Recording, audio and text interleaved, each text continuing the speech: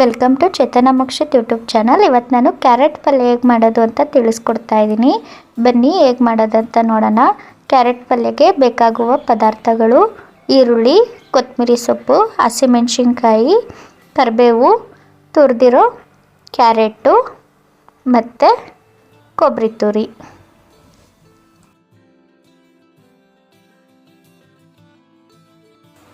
ಈಗ ಬನ್ನಿ ಹೇಗೆ ಮಾಡೋದು ಅಂತ ನೋಡೋಣ. ಒಂದು ಕುಕ್ಕರ್ ಇಟ್ಬಿಟ್ಟು ಎಣ್ಣೆ, ಸಾಸಿವೆ, ಜೀರಿಗೆ ಹಾಕಿ ಈರುಳ್ಳಿ, ಕರಿಬೇವು, ಹಸಿಮೆಣಸಿನ್ಕಾಯಿ, ಕೊತ್ತಂಬರಿ ಸೊಪ್ಪು, ತುರಿದಿರೋ ಕ್ಯಾರೆಟು ಮತ್ತು ಕೊಬ್ಬರಿ ತುರಿ ಎಲ್ಲವನ್ನು ಹಾಕ್ಬಿಟ್ಟು ಕುಕ್ಕರಲ್ಲಿ ಒಂದು 5ರಿಂದ 10 ನಿಮಿಷ ಹುರ್ಕೊಬೇಕು, ಎಣ್ಣೆ ಅಥವಾ ತುಪ್ಪದಲ್ಲಿ.